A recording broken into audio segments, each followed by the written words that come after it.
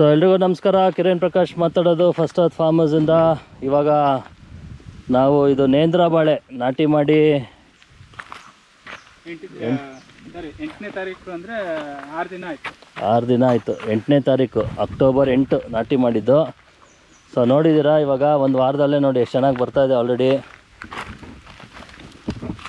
ಎಷ್ಟು ದಪ್ಪ, ಎಷ್ಟು ಉದ್ದ, ಎಷ್ಟು ಚೆನ್ನಾಗಿದೆ. ಸೈಜಲ್ಲೇ ಗೊತ್ತಾಗುತ್ತೆ ನಿಮಗೆ ಫಸ್ಟ್ ಕ್ವಾಲಿಟಿ ಅಂತ. ನೋಡಿ ಎಷ್ಟು ದಪ್ಪ ಇದೆ. ಸೊ ಅದಕ್ಕೆ ನಾವು ಮೇಯ್ನು ವೀಕ್ಷಕರೇ, ಬೀಜಾಮೃತ ಎಷ್ಟು ಇಂಪಾರ್ಟೆಂಟ್ ಅಂದರೆ ನಿಮ್ಗೆ ಎಕ್ಸ್ಪ್ಲೈನ್ ಮಾಡಿದ್ದೀನಿ. ಗಿಡಕ್ಕೆ ಒಳ್ಳೆ ಇಮ್ಯೂನ್ ಸಿಸ್ಟಮ್ಮು ಕ್ರಿಯೇಟ್ ಮಾಡುತ್ತೆ, ಬೇರುಗಳಿಗೆ ಒಳ್ಳೆ ಶಕ್ತಿ ಬಂದು ಅಲ್ಲಿ ನಿಮಗೆ ಒಂದು ರೋಗ ಬರದೇ ಇರೋ ಥರ ಬೇರೆ ಮೇಲೆ ಜೀವಾಣುಗಳು ಕೂತ್ಕೊಂಡು ಅಲ್ಲಿನೂ ನಿಮಗೆ ಒಳ್ಳೆ ಇಮ್ಯೂನ್ ಸಿಸ್ಟಮ್ ಕ್ರಿಯೇಟ್ ಮಾಡಿ ಅಪ್ಟೇಕು ತುಂಬ ಇಂಪ್ರೂವ್ ಆಗುತ್ತೆ. ಅಂದರೆ ಮೈಕ್ರೋ ಮ್ಯಾಕ್ರೋ ನ್ಯೂಟ್ರಿಯೆಂಟ್ಸ್ ಏನಿದೆ ಅದೆಲ್ಲ ಅಪ್ಟೇಕ್ನ ಇಂಕ್ರೀಸ್ ಮಾಡುತ್ತೆ. ಹಿಂದಿನ ವೀಡಿಯೋಲೆಲ್ಲ ಡೀಟೇಲ್ ನೋಡಿದ್ದೀರಾ, ತಿರ್ಗಿ ಅದೇ ಎಕ್ಸ್ಪ್ಲೇನ್ ಮಾಡೋದೇನು ಅಗತ್ಯ ಇಲ್ಲ. ಸೊ ಇವಾಗ ನೋಡಿ, ಕಂದು ಒಂದೇ 6 ದಿನದಲ್ಲಿ ನೋಡ್ಬೋದು ನೀವು, ಎಲ್ಲ ಹೊಸದು ಎಷ್ಟು ಚೆನ್ನಾಗಿ ಬರ್ತಾಯಿದೆ. ಸೊ ಇಂಪಾರ್ಟೆಂಟ್ ಏನಂದರೆ, ಇವಾಗ ನಾವು ಕಂದನ್ನು ಗ್ರೌಂಡ್ ಲೆವೆಲ್ಗೆ ಏನಕ್ಕೆ ಮಾಡಿದ್ದೀರಿ ಅಂದರೆ, ಮಳೆ ಬಂದರೆ 2 ಗಿಡದಿಂದ ಗಿಡಕ್ಕೆ ನಿಮಗೆ 7 ಅಡಿ ಇದೆ, ಮಧ್ಯ ನೀರು ತುಂಬ್ಕೊಂಡ್ರೆ ತೊಂದರೆ ಇಲ್ಲ. ಈ ಕಂದು ಸುತ್ತ ನೀರು ತುಂಬಿಕೊಂಡ್ರೆ ನಿಮಗೆ ಕಂದು ಕೊಳ್ತೋಗುತ್ತೆ. ಹಾಗಾಗಿ ಯಾವುದೇ ಕಾರಣಕ್ಕೂ ನೀವು ಗುಂಡೀಲಿ ಕಂದನ್ನು ನಾಟಿ ಮಾಡುವಾಗಿಲ್ಲ. ಸೊ ಎಲ್ಲ ಜರ್ಮಿನೇಟ್ ಹಾಕಿ ಟೈಮ್ ತೊಗೊಳುತ್ತೆ. ಬೀಜಾಮೃತ ಮಾಡಿರೋದ್ರಿಂದ, ನಮ್ಮ ಮ್ಯಾಜಿಕ್ ಲಿಕ್ವಿಡ್ ಹಾಕಿರೋದ್ರಿಂದ ನಿಮಗೆ ನೋಡಿ ಎಷ್ಟು ಚೆನ್ನಾಗಿದೆ. ಸೊ ಇನ್ನೇನಿಲ್ಲ, ಮಳೆಗಾಲ. ಸೊ ಹಾಗಾಗಿ ನೀರು, ಮಳೆ ಜಾಸ್ತಿ ಬಂದರೆ ನೀರು ನಿಂತ್ಕೊಳ್ಬಾರ್ದು, ತುಂಬ ಇಂಪಾರ್ಟೆಂಟು. ನಮ್ಮ ಪದ್ಧತಿ ಫಾಲೋ ಮಾಡಿದ್ರೆ ಯಾವುದೇ ಕಾರಣಕ್ಕೂ ನಿಮಗೆ ನೀರು ನಿಂತ್ಕೊಳಲ್ಲ. ಹಾಗಾಗಿ ದಯವಿಟ್ಟು ಫಾಲೋ ಮಾಡಿ, ವಿಡಿಯೋ ನೋಡಿ. ಆ್ಯಪಲ್ಲಿ ಸ್ಟೆಪ್ ಬೈ ಸ್ಟೆಪ್ ಇದೆ, ಅದ್ರ ಪ್ರಕಾರ ಮಾಡಿದ್ರೆ ಮಾತ್ರ ಸಕ್ಸಸ್ಸು. ಆ್ಯಪ್ ಇನ್ಸ್ಟಾಲ್ ಮಾಡಿಕೊಂಡು ನೀವು ವಿಡಿಯೋ ನೋಡದೆ ಸುಮ್ಮನೆ ಇದ್ದರೆ ನಿಮಗೆ ವೇಸ್ಟ್ ಆಗುತ್ತೆ. ಡ್ರಿಪ್ ಲೈನೆಲ್ಲ ಚೆಕ್ ಮಾಡಿ ನೋಡಿ. ಡ್ರಿಪ್ಪು ಗಿಡದಿಂದ ತುಂಬ ದೂರ ಹೋಗಬಾರ್ದು. ಒಂದು ಸತಿ, ವಾರಕ್ಕೊಂದು ಸತಿ ಎಲ್ಲ ಚೆಕ್ ಮಾಡಬೇಕು. ಸ್ವಲ್ಪ ಅಲ್ಲಿ ಕೊನೆಯಲ್ಲಿ ಎಳಿಬೇಕು. ಸೊ ಇನ್ನೇನು ಜಾಸ್ತಿ ಅಪ್ಡೇಟ್ಸ್ ಇಲ್ಲ. 6 ದಿನ ಅಂದರೆ ಒಂದೇ ವಾರ ಆಗಿರೋದು. ಎಲ್ಲ ಚೆನ್ನಾಗೆ ಸುಳಿ ಬರ್ತಾಯಿದೆ, ಕುಡಿ ಹೊಡಿತಾ ಇದೆ, ಫಸ್ಟ್ ಕ್ಲಾಸ್ ಆಗಿದೆ.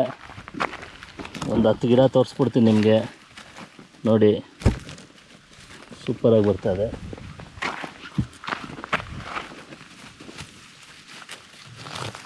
ಒಂದೇ ವಾರ.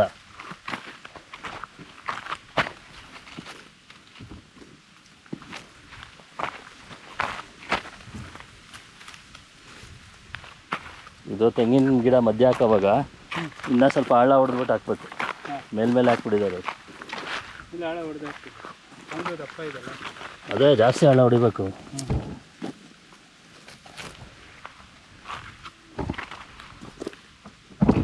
ಸೊ 6 ದಿನದ ಅಪ್ಡೇಟ್ ಇದು, ನೋಡ್ತಾಯಿರಿ. ನೀರು ಜಾಸ್ತಿ ಕೊಡಬೇಡಿ.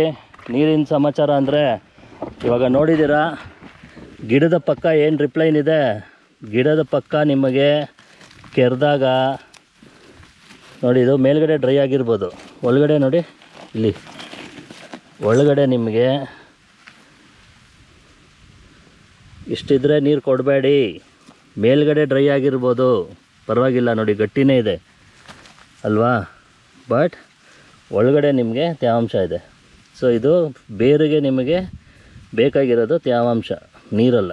ಸೊ ಹಾಗಾಗಿ ಕೆರೆದು ನೋಡಿ, ಇಷ್ಟಿದ್ರೆ ಪರವಾಗಿಲ್ಲ, ತಿರ್ಗಾ ನೆಕ್ಸ್ಟ್ ಡೇ ಬಿಡಿ.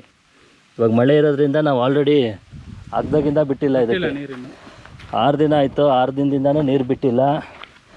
ಏನಕ್ಕಂದರೆ ಭೂಮಿ ಒಳಗಡೆ ತೇವಾಂಶ ಇದೆ.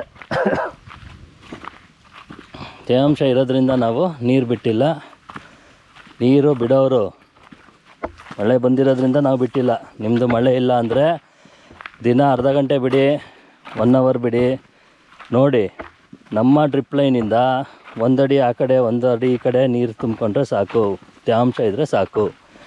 ಫುಲ್ಲು 8 ಅವರ್ ಮೋಟ್ರು ಕರೆಂಟ್ ಇದೆ ಅಂದ್ಬಿಟ್ಟು 8 ಅವರ್ ಬಿಡಬೇಡಿ. ಎಲ್ಲ ಕಂದುಗಳೆಲ್ಲ ಕೊಳ್ತೋಗುತ್ತೆ. ವಾಟರ್ ಮ್ಯಾನೇಜ್ಮೆಂಟ್ ತುಂಬ ತುಂಬ ತುಂಬ ಇಂಪಾರ್ಟೆಂಟು. ಒಬ್ರೊಬ್ಬರು ಭೂಮಿ ಒಂದೊಂದು ಥರ ಇರುತ್ತೆ, ಒಬ್ರೊಬ್ಬರು ಒಂದೊಂದು ಡ್ರಿಪ್ ಹಾಕಿರ್ತಾರೆ. ಡ್ರಿಪ್ಪಿನ ಕೆಪಾಸಿಟಿ ಬೇರೆ ಇರುತ್ತೆ, ಡಿಸ್ಚಾರ್ಜು.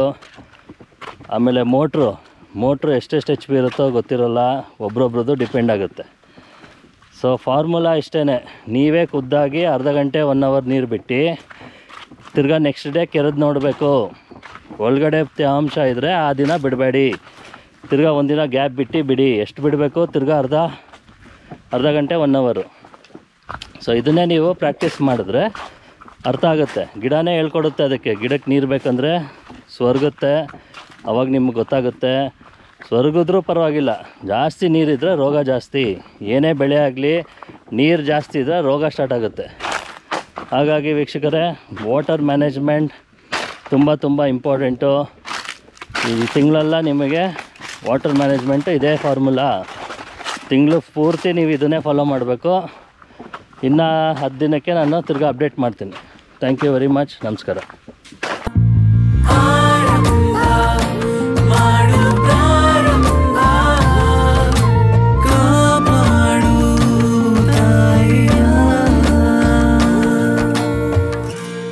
First